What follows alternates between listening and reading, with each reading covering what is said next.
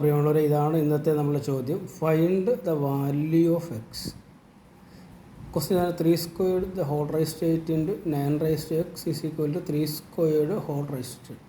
ഇതിൻ്റെ ആൻസർ നമുക്കൊന്ന് കണ്ടുപിടിക്കാൻ നോക്കാം. 3 സ്ക്വയർഡ് എന്ന് പറയുന്നത് 9 അല്ലേ, അപ്പോൾ 9 raise to 8 into 9 raise to x is equal to 3 squared എന്ന് പറയുന്നത് 9 അല്ലേ, 9 റൈസ് ടു 10. ഇനി നോക്കുക, രണ്ടിൻ്റെയും ബേസ് 9 അല്ലേ, അപ്പോൾ 9 എഴുതാം.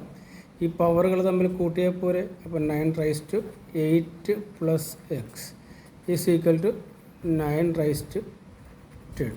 നോക്കുക, രണ്ടിൻ്റെ പവർ ഈക്വൽ അല്ലേ. പവർ ഈക്വൽ ആണെങ്കിൽ നമുക്ക് രണ്ടിൻ്റെ ബേസ് ഈക്വൽ അല്ലേ, ബേസ് രണ്ടിന് 9 അല്ലേ. അങ്ങനെയാണെങ്കിൽ ഇതിൻ്റെ പവറുകളെ നമ്മൾ ഇക്വേറ്റ് ചെയ്യുക. അതായത് 8 plus x is equal to 10 ആയിരിക്കും. അങ്ങനെയാണെങ്കിൽ എക്സ് എന്ന് പറയുന്നത് 10 മൈനസ് 8 ആയിരിക്കും, അതായത് 2. എക്സിൻ്റെ വാല്യൂ 2 ആണ്. ഓക്കെ.